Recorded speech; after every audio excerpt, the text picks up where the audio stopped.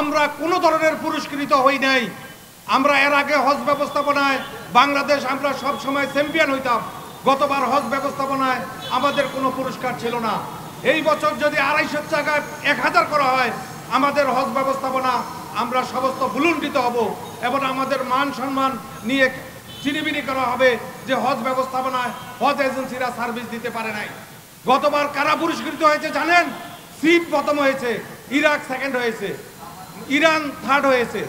আমরা কোনো বাংলাদেশ কোনো পুরস্কৃত হইতে পারি নাই। এই জন্য আমরা বলবো এই বছর আমরা 20 কোটি টাকা ধর্ম মন্ত্রণালয়কে আমরা সার্ভিস চার্জ দিয়েছি, গভর্নমেন্টের ট্যাক্স দিয়েছি আমরা হজ ব্যবস্থাপনা 1200 এজেন্সি আমরা, কিন্তু আমরা হজ করতে পারবো মাত্র 70টি এজেন্সি। তাহলে বাকি এজেন্সিরা কি করবে? আমাদের কর্মকর্তা কর্মচারী আমাদের অফিস প্রায় 2000 কোটি টাকা আমাদের ইনভেস্টমেন্ট আছে। আমরা চাই হজ নীতি অনুসারে হজের কোটা হবে 100 থেকে 250 300 এবং এই বছর আমরা 500-র উপর আমরা হজ করতে পারবো না। এই জন্য আমরা দৃষ্টি আকর্ষণ করার জন্য প্রধান উপদেষ্টা যে আপনি জরুরিভাবে এটার ব্যবস্থা নেন এবং আগামীকাল বাংলাদেশ সময় 10টা বাজে হজের চুক্তি হবে।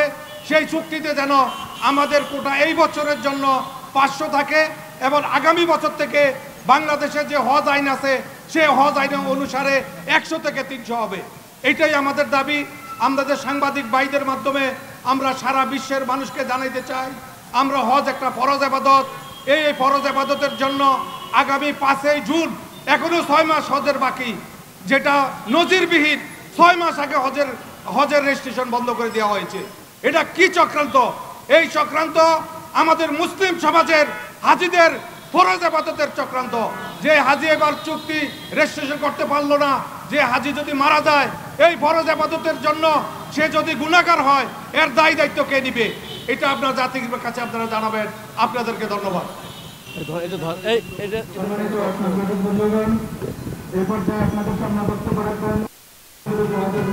আমাদের জন্য নির্ধারিত এর পরবর্তী নেই তারা আবার 1000 কোটি টাকা দিয়ে দিয়েছে, যাতে করে আমাদের হজ ব্যবস্থাপনায় একটা মারাত্মক বিশৃঙ্খলা সৃষ্টি হবে।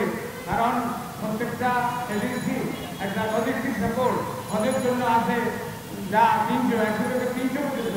যারা 1000 কোটি করা হলে এই হাজিদের বিশৃঙ্খলা হবেই। সুতরাং আপনারা জাতির বিবেক আপনাদের মাধ্যমে আমরা সরকারকে জানিয়ে দিতে চাই যে এই অবস্থা কোনোভাবে আমরা মেনে নেব না। আমরা আমাদের দাবি যে 500 তারা করে নিয়েছে, প্রথমে 500 করার জন্য আমাদের অনেক কষ্ট হয়েছে। সুতরাং কিছু প্রযুক্তি মহল সরকারকে ইন্দ্রনীতিকে প্রবাহিত করার জন্য এবং আমাদের হাজিদের সুরাম এবং হজ অ্যাসোসিয়েশনের মালিকদের বিরোধিতা করার জন্য তারা উঠে পড়ে লেগে গিয়েছে। কারণ আমরা অনেক ইনভেস্ট করে আমাদের মহাসচিব সমস্যা করেছেন যে আমাদের ইনভেস্টমেন্ট আমাদের হজ ব্যবস্থাপনার জন্য আমরা 1000 কোটি টাকা আমরা এখানে ব্যয় করেছি। কিন্তু আজকে যদি হজ হাজিদের পাঠাতে যদি আমরা ব্যর্থ হই তাহলে এটা আমাদের জন্য একটা জড়িত হয়ে আসবে। প্রায় 50 কর্মচারী আমাদের সাথে জড়িত।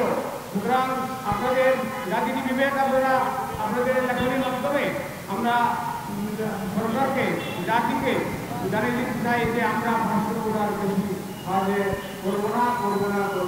ধন্যবাদ।